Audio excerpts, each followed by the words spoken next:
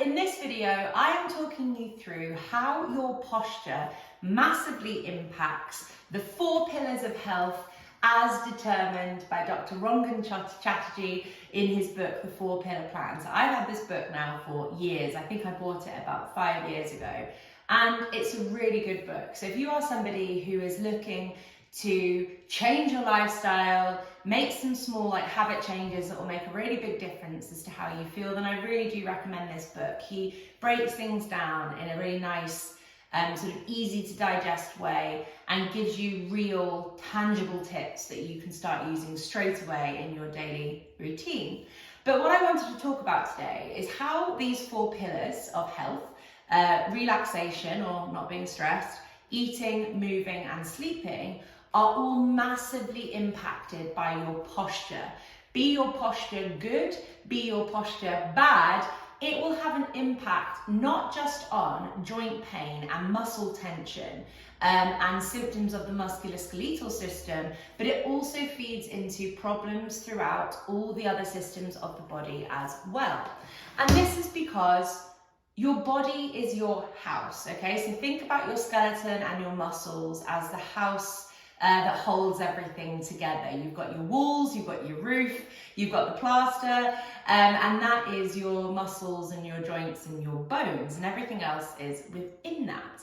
And in my opinion, we are hugely missing the mark if we think that the state of our house isn't impacting the things that are inside of it. So I wanted to talk you through this a little bit today and hopefully get you understanding how improving your posture isn't just going to get rid of your back pain, or your neck pain, or your shoulder pain, or your knee pain, or whatever it might be. Improving your posture improves your entire overall health and will make you feel really quite different in ways that perhaps you can't even imagine at this point in time. So pillar number 1 that Dr. Chatterjee speaks about is relaxation and stress. We have to be able, and I'm as bad as it for anybody, but not because of my posture, we have to be able to relax and de-stress in order to be happy and in order to be healthy. We can't just be on this high state of red alert all the time, which so many of us are in the modern world.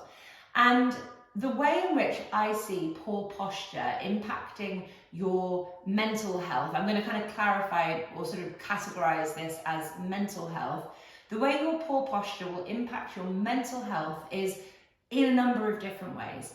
Number 1, if your body is constantly tense and you're constantly fighting away injuries and pain, you are literally going to feel rubbish. You're going to be fearful and scared, you're going to be depressed because you can't get out and about doing the things that you want to do, and your life is going to start being taken away from you if the body that you're living in is uncomfortable and in pain. So that's the kind of most obvious way I think that having poor posture will impact your ability to relax and de-stress.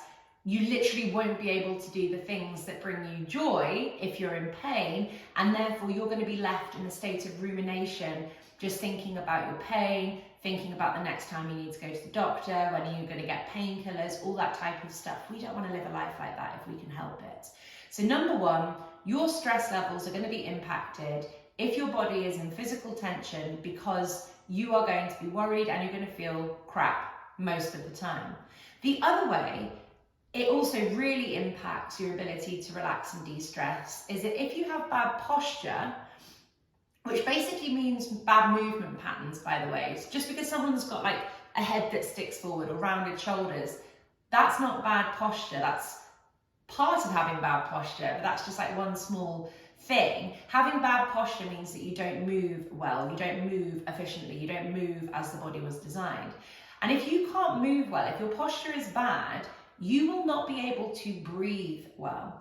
And if you're not breathing well, you're not using your diaphragm at the kind of bottom of your rib cage here, and instead you're stuck in your chest and your neck up here, and you're breathing and gasping and, all the time up here, what that is going to do is keep you in a constant state of fight or flight as well. So your breathing is such a massive part of having good posture. You can't have good posture if you're not breathing well.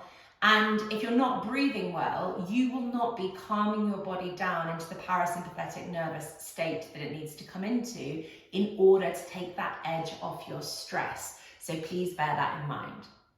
Pillar number 2 is eating. So Dr. Chatterjee talks about diet and nutrition and water and, not smoking, not drinking alcohol, that type of thing. And whilst your posture doesn't impact like what you put in your mouth, having good posture doesn't mean that you're going to keep away from the donuts, for example. What having good posture will do is put your body in a better position to be able to digest your food. So I've had plenty of people before in the past who have had issues with digestion, things like IBS and just problematic bowel movements, very constipated. I've had people with a slightly different system of the body, but with like pelvic floor control issues and all that jazz. And if your pelvis is wonky and your hips are tight, or if your spine is crooked and you're just really tense, and once again, it comes back to the diaphragm. If the diaphragm isn't moving you from here, you're going to have a digestive system that is sluggish, not working properly, because it's just not being held within a house that is in the right shape. So it may surprise you, I don't know, to learn that when you start working on your posture, as your hips become more open and free, as your pelvis becomes more balanced, as your spine elongates, as your rib cage kind of frees itself up and your shoulders pull back, you are going to find that you digest food more efficiently, which obviously impacts the goodness that is coming from the diet that you're eating. Pillar number 3 is about movement, and is obviously, I think, the one that I know the most about in comparison to the other 4. So if you have bad posture, you, by its nature, are not moving properly. How do you know if you're not moving properly? You know you're not moving properly if you are trying to do something and your body is complaining at you. If you are trying to go for a run and your knee hurts. If you're trying to go to the gym and your back hurts. If you're trying to do a handstand in yoga and your shoulder hurts. These are all signs that you are not moving well and that your body needs to relearn its movement patterns, basically. And so, this is the one that's most tightly linked. If you work on your posture and almost see it as like a separate entity to your exercise is still important. We need to get that heart rate up. We need to challenge your muscles. We need to get you jumping up and down. We need to get gravity loading through the joints to make your bones and your tendons and your ligaments and your muscles stronger and more resilient. We absolutely need all of that stuff. But there is a difference between exercise and moving, I would say.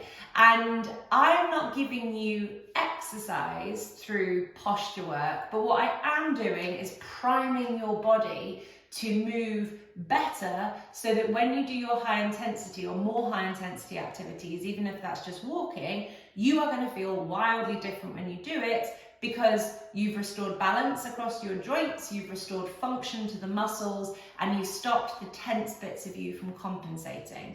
So having bad posture will absolutely impact everything about how you move, because it's so closely linked. And if you're not moving well, you will then suffer pain and tension when you exercise. And I think one of the things that I really want to hammer home to people, because so many people are so far removed from this reality they can't even imagine it, when you exercise, you should not feel like you need to foam roll or massage or stretch afterwards. If your body is tensing up around you and feeling angry at you after you exercise, you are not moving well. Your body is complaining at you. I never stretch after exercise. I never foam roll after exercise. I never have massages, or sometimes at a spa day, but I don't feel like I need them. And that is because those things are not needed or not necessary, or you don't feel like you want them when your body is moving well. When your body is moving well, you're going to feel looser, energized, free, relaxed and supple afterwards. So please, it's so hard to describe to people if they don't have that as their reality, but I promise you that's what exercising should feel like. And finally, The last pillar that Dr. Chatterjee talks about is sleep. So your posture massively impacts your sleep. And when I start working with people, or when they start doing things like the posture squad or my videos and things like that, one of the first things that people tend to report back to me is that they're sleeping better. It can literally be they start the posture squad, they do their first class on that day, and then that night they have the best night's sleep that they've had in years. And the reason being is that if your body can't hold itself together well during the day because you're moving badly and have bad posture, your body can't hold itself together at night either. So what happens when we're sleeping is our muscles are relaxing and kind of melting, and we're not stimulating them, we're not working them in that way. And so if our body, I like using analogies, but imagine that your body is like laying on its bed, on your bed, and it's melting. If you're melting and your pelvis is wonky, or your rib cage is wonky, or your shoulders are up around your ears, you can't melt in a relaxing way. Your body is going to try and start relaxing, but because it's so imbalanced and so kind of crooked, it can't fully let go. So you're not going to sleep well. And I would say that obviously all of these things are hugely interconnected, but one of the easiest wins that you'll get from doing posture exercises is sleeping better. Because when you sleep better, it has this huge knock-on effect the next day. If you're sleeping better, firstly, you're going to feel more relaxed the next day, pillar number one. If you're sleeping better, you are going to crave healthier foods, because tired people crave sugar and caffeine and stuff like that. So your diet is going to be better. And if you're sleeping better, you are going to have more energy in order to exercise the next day. So all of these things are massively, massively interlinked. But I think if I had to choose one of these as being the most impactful side effect from improving your posture, it would be sleep. Because it can happen, as I said, the first day that you do your first posture routine, you will likely sleep more soundly, if the exercise has suited you, of course. You will likely sleep more soundly than you have in years, and the knock-on snowball crescendo effect of that is absolutely massive and not to be underestimated. Don't know how long I've gone on for in this video, but I will stop here. I hope you found that helpful, and if you haven't read the book yet, I'm not being paid or anything to advertise this book. I just like recommending books that I like, and I do recommend this. If you're looking to make some changes, give this book a read. Other reason why I love Dr. Chatterjee is he is one of the few people that talk about the benefits of barefoot shoes and barefoot movement as well. So he knows what he's talking about.